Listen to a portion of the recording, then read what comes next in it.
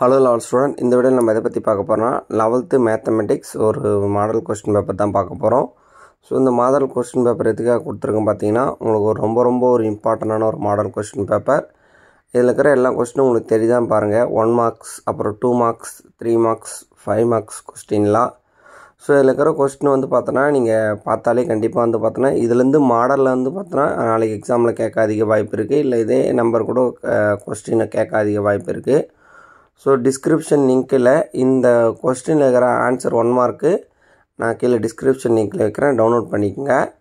அதுக்கப்புறம் வந்து பார்த்தோன்னா இந்த கொஸ்டின்ஸ் வந்து 2 மார்க், 3 மார்க், 5 மார்க்ஸ் வந்து பார்த்தோன்னா எந்தெந்த சாப்டர்லேருந்து வந்திருக்குன்றதையும் நான் கீழே வைக்கிறேன், செக் பண்ணிக்கங்க. எல்லாம் சாப்டர் வந்து படிச்சுங்க. ஆனால் இந்த கொஸ்டின் பேப்பர் படிக்காமல் போயிடாதீங்க. இது ரொம்ப ஒரு இம்பார்ட்டண்டான ஒரு கொஸ்டின் பேப்பர். இப்போ 2 மார்க்கை பொறுத்த வரைக்கும் உங்களுக்கு வந்து பார்த்தோன்னா கம்பல்சரி கொஸ்டின் என்ன கேட்டிருக்காங்க அப்படின்றதையும் செக் பண்ணுங்கள். அந்த கொஸ்டின் வந்து பார்த்தோன்னா சால்வ் பண்ணி பாருங்கள்.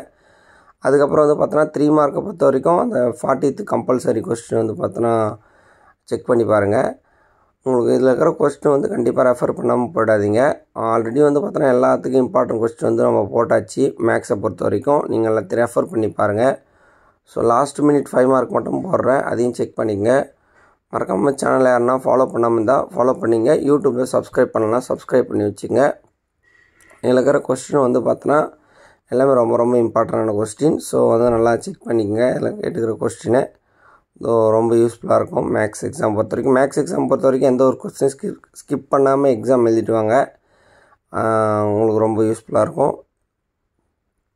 இந்த வெக்டர் அல்ஜிப்ராவில் கேட்டிருக்க கொஸ்டின் வந்து பார்த்தோன்னா ஈஸியாக நீங்கள் சால்வ் பண்ணலாம். ஸோ அதை நல்லபடியாக போடுங்க. அப்புறம் வந்து பார்த்தோன்னா மதிப்பீடு, அதெல்லாம் ரிப்பீட்டட் கொஸ்டின், அதையும் செக் பண்ணுங்கள். மறக்காமல் நம்ம வீடியோக்கு லைக் பண்ணிட்டு உங்கள் ஃப்ரெண்ட்ஸ் எல்லாருக்கும் ஷேர் பண்ணி விடுங்க.